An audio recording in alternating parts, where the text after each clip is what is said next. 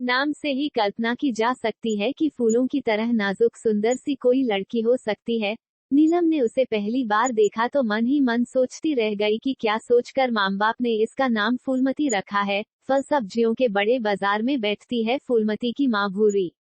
तीखे नैनक्श के साथ जबान भी धारदार है, और क्यों ना हो, आखिर मर्दों के वर्चस्व वाले इस बाजार में भूरी को भी तो अपनी रोटी कमानी है।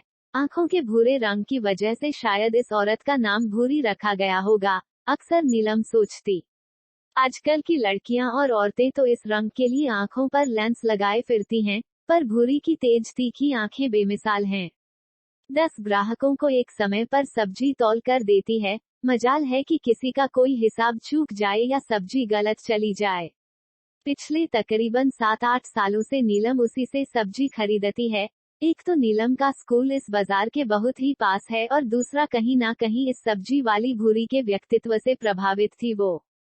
छात्राओं के इस एकमात्र स्कूल की वरिष्ठ शिक्षिका है नीलम। हिंदी भाषा के साथ कुछ व्यवहार एवं संस्कार के पाठ भी पढ़ा दिया करती है। हाई स्कूल में पढ़ने वाली लड़कियां उम्र की उस दहलीज पर खड़ी होती हैं, जहां सारी दुनिया उन्हें अपनी दुश्मन दिखाई देती है। किसी की रोक-टोक किशोर मन बर्दाश्त नहीं कर पाता। समुद्री ज्वार की तरह संवेगों का उफान रहता है, जो सब कुछ अपने में समेट लेने को लालायित होता है। बंधन में बंध कर रहना इन तेज लहरों को नापसंद होता है। नीलम एक परिपक्व साथी की तरह अपनी छात्राओं से व्यवहार करती थी। उसके कड़क नियमों को भी छात्राएं आत्मसात कर लिया करती। भूरी से जब इस सब्जी बाजार में जान पहचान बनी, तब फूलमती सिर्फ 7 साल की थी। अपनी माँ के चारों ओर खेलती रहती, कभी चिपक कर बैठ जाती। क्या ये तुम्हारी बेटी है? ना जाने क्यों प्रश्नवाचक चिन्ह पूछ लिया था नीलम ने। हाँ मैडम जी। ऐसे क्यों पूछ रही हो? सब्जी झोले में डालती हुई भूरी मानो चिढ़ सी गई। नहीं, बस ऐसे ही, झेपते हुए नीलम ने बात टाल दी, पर मन स्वीकार ही नहीं कर पा रहा था कि इतनी सुंदर माँ की बेटी ऐसी कैसी है। 7 साल में 10-12 की लगने लगी थी। बेतरतीबी से बहती नाक, बालों के जटाजूट और उसकी चाल अजीब सा चलती थी, मानो धरती पर एहसान कर रही हो। पूरा भार एक पैर पर फिर आराम से दूसरा उठाती। कभी कभी नीलम को खुद की सोच पर शर्म आ जाती कि वो एक छोटी सी बच्ची को अपने पैमानों पर क्यों कस रही है। हर 1-2 दिन की आड़ में नीलम सब्जी फल लेने जाती और अब समय के साथ साथ भूरी और फूलमती भी उससे खुलने लगे थे। दिन भर साथ में लिए बैठती हो लड़की को, स्कूल क्यों नहीं भेजती? एक दिन नीलम ने भूरी से पूछा था। भेजी थी मैडम जी, पर इसका शरीर देखा ना आपने? बच्चे खूब हंसते हैं और मजाक भी उड़ाते हैं। सबसे बड़ी, ऊंची पूरी दिखती है ना, जानवरों का नाम लेकर बुलाते हैं इसे। एक माँ की आत्मा का दुख नीलम के हृदय को व्यथित कर गया। तो क्या इसे अनपढ़ बना कर रखोगी? नीलम में समाये शिक्षिका जाग गई। नहीं मैडम, घर पर पढ़ाने के लिए एक लड़की आती है, कॉलेज में पढ़ने वाली है शोभा, वही सुबह और रात को इसे पढ़ा देती है। एक लंबी सांस भरकर भूरी बोली, पढ़ेगी लिखेगी, तभी तो कुछ काम धंधा संभाल सकेगी ये। मैं सब लिखती हूँ, नाम, मम्मी का नाम, घर का पता, सब सब्जी का नाम, न जाने क्या बताती चली गई थी फूलमती। गणित और हिसाब किताब बिल्कुल नहीं आता इसको, भूरी ने बताया। ठीक है, मैं तो आती हूँ सब्जी लेने, थोड़ा बहुत सिखा दूंगी, कहकर नीलम चली गई थी। अगले दिन नीलम ने पहाड़े वाली पुस्तिका, स्लेट कलम सब फूलमती को दिया और 2 के पहाड़े से गणित की शुरुआत हुई। लिख लिख के, रट कर वो तैयार रहती थी कि मैडम जी को सही बताएगी तो चॉकलेट। समाज सेवा करने के लिए सिर्फ दिल की जरूरत होती है, बाकी तो अपने आप जुटता चला जाता है। नीलम की मेहनत रंग लाने लगी थी और फूलमती अब छोटे छोटे गुणा भाग, जोड़ घटाना अच्छी तरह सीख गई थी। भूरी ने भी अपनी तरफ से कोई कसर नहीं छोड़ी। सब्जियों के अलावा अपनी ओर से कोई भी मौसमी फल नीलम के बच्चों के लिए जरूर थैली में भर देती थी। गरीब थी, परंतु खुददार भी। चाहती थी कि जो मैडम जी उसकी बेटी के लिए इतना समय देती है, उसके बच्चों के लिए वो थोड़ा तो कुछ दे सके। नीलम ने भी कभी मना नहीं किया। नीलम भी किसी को एहसान के बोझ तले दबा हुआ देखना पसंद नहीं करती थी। पिछले 1-2 साल से फूलमती में अंतर आने लगा था। अब वो अपने बालों को संवारने जाने लगी थी, हाथ पैरों को साफ रखती थी, और हाँ, नाक भी नहीं बहती थी। हाथ में रुमाल रखकर वो पढ़ती थी। भूरी के साथ साथ नीलम ने भी अनुभव किया कि ग्राहकों की संख्या बढ़ गई है और लोग एक चीज लेने के लिए ज्यादा समय खड़े रहते थे। अब फूलमती बड़ी हो रही है भूरी, क्या इसे साथ में रोज लाना जरूरी है? नीलम ने एक दिन पूछा था। कहाँ छोड़ूं मैडम जी इसको, घर पर ताला मार कर आती हूँ। मैं इसे कैसे अकेले छोड़ूं? माँ की आंखों में चिंता तैर रही थी। जिंदगी भर आंचल से बांधकर तो नहीं रख सकती तुम।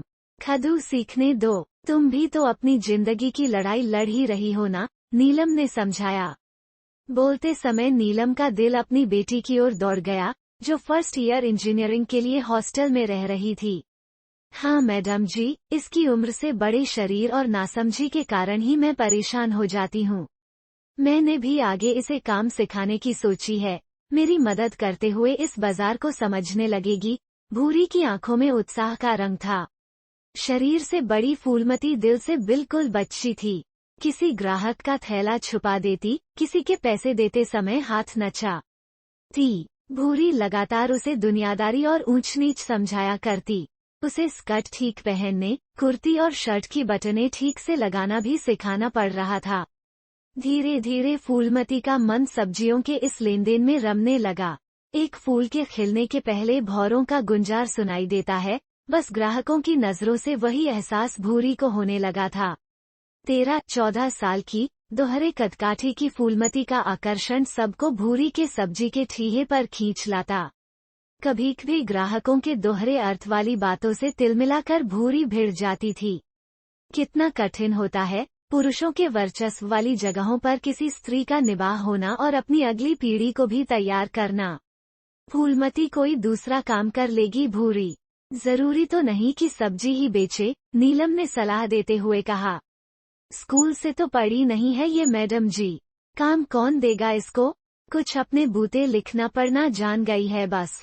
किसी के घर के अंदर काम करने से अच्छा है कि खुले बाजार में बैठकर सब्जियों का धंधा करे, और फिर मैं भी जीते तक साथ दे सकती हूँ। बेटी के भविष्य को संजो रही थी भूरी। हर आर्थिक स्थिति के माता पिता अपने बच्चों के सुरक्षित और सुंदर भविष्य की चाहत लिए जिंदगी बिता देते हैं। खुद नीलम स्कूल और घर दोनों संभालती है। अपने दोनों बच्चों की उच्च शिक्षा के लिए उसने पति के साथ कंधे से कंधा मिलाकर काम किया है। पिछले कुछ दिनों से तबीयत ठीक न होने के कारण नीलम ने स्कूल से छुट्टी ले ली थी। 8-10 दिन बाद स्कूल से लौटते हुए सब्जी मंडी जाने की हिम्मत नहीं हुई उसकी, और वो सीधे घर आने लगी। बस स्टॉप के सामने ही भूरी मिल गई और भूरी ने आवाज लगाई, मैडम जी। अरे, तुम यहाँ? भूरी को देखकर चौंक गई नीलम। आप कैसी हो मैडम जी? 8-10 दिनों से कोई खबर नहीं। मैं तो सोच रही थी कि आजकल मैं स्कूल जाकर पता करूं, एक ही सांस में बोल गई भूरी। उसका स्नेह उसकी आंखों की नमी से छलक रहा था। नीलम का हृदय भीग गया।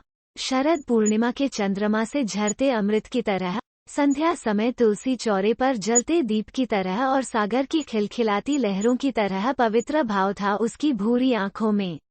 एक औरत का दूसरी के प्रति निश्चल प्रेम, यही शायद एक अटूट बंधन बन गया था। तबीयत ठीक नहीं थी मेरी, बुखार से थकान भी लग गई, इसलिए आज स्कूल तो आई, पर सब्जियां लेने नहीं आई, नीलम ने बताया। तुम इस समय अपने ठीहे पर नहीं हो, आज बंद रखा है क्या? आश्चर्य से नीलम ने पूछा। नहीं मैडम जी, आज फूलमती संभाल रही है और मैं बिजली बिल भरने गई थी, भूरी ने मुस्कुराते हुए कहा। फूलमती को अकेले छोड़ दिया तुमने? अगला आश्चर्य भरा प्रश्न था नीलम का। आओ ना मैडम जी, अपनी शिष्या को देखो कि कैसा काम संभाल रही है। और नीलम सचमुच भूरी के साथ खींची हुई सब्जी मंडी की ओर चल पड़ी। थोड़ी दूर से दोनों औरतें एक सधी हुई लड़की को निहारने लगे, जो ग्राहकों से बात करती हुई सब्जी तौलकर हिसाब से पैसे ले रही थी।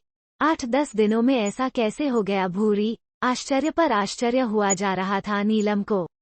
जिस दिन आप सब्जी लेकर गईं, उसी शाम को एक आदमी आया। उसने करीब 500 रुपए की सब्जियां खरीद ली और बोला, थैली नहीं है, कार में रखवा दो। 500 का नोट दे वो दूर खड़ी कार की ओर चला गया। भूरी ने लंबी सांस भरकर अपनी बात फिर शुरू की, शाम ग्राहकों की भीड़ थी, तो मैंने सब्जियां टोकरी में भरकर फूलमती को उस कार वाले के पीछे भेज दिया। मैंने ग्राहक को सब्जी तौल कर दी और सहसा चीखने की आवाज कार की तरफ से आई। भूरी ने अपने स्वर को नियंत्रित करते हुए कहा, मैं ठिया छोड़कर कार की ओर भागी। आगे देखा तो कार वाला जमीन पर गिरा था और फूलमती उसे लातों से मार रही थी। फूलमती का चेहरा लाल था।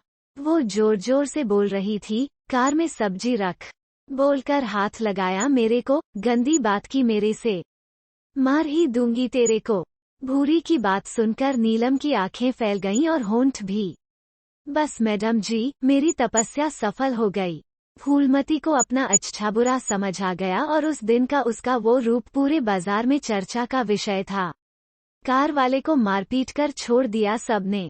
मैं ही पुलिस में ना जाने की बात रखी। उस दिन से ठीहे पर फूलमती मेरी मदद भी करती है और बीच बीच में अकेले भी काम देखती है। एक माँ अपनी बच्ची के सचेतन व्यवहार से सुकून महसूस कर रही थी। नीलम ने भूरी के कंधे पर हाथ रख दिया और दोनों फूलमती की ओर बढ़ चले।